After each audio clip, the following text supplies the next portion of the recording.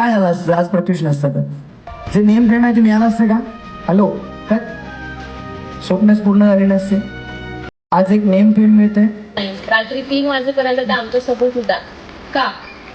हा trust build झालाय, एक कल्चर आपण बिल्ड करतोय.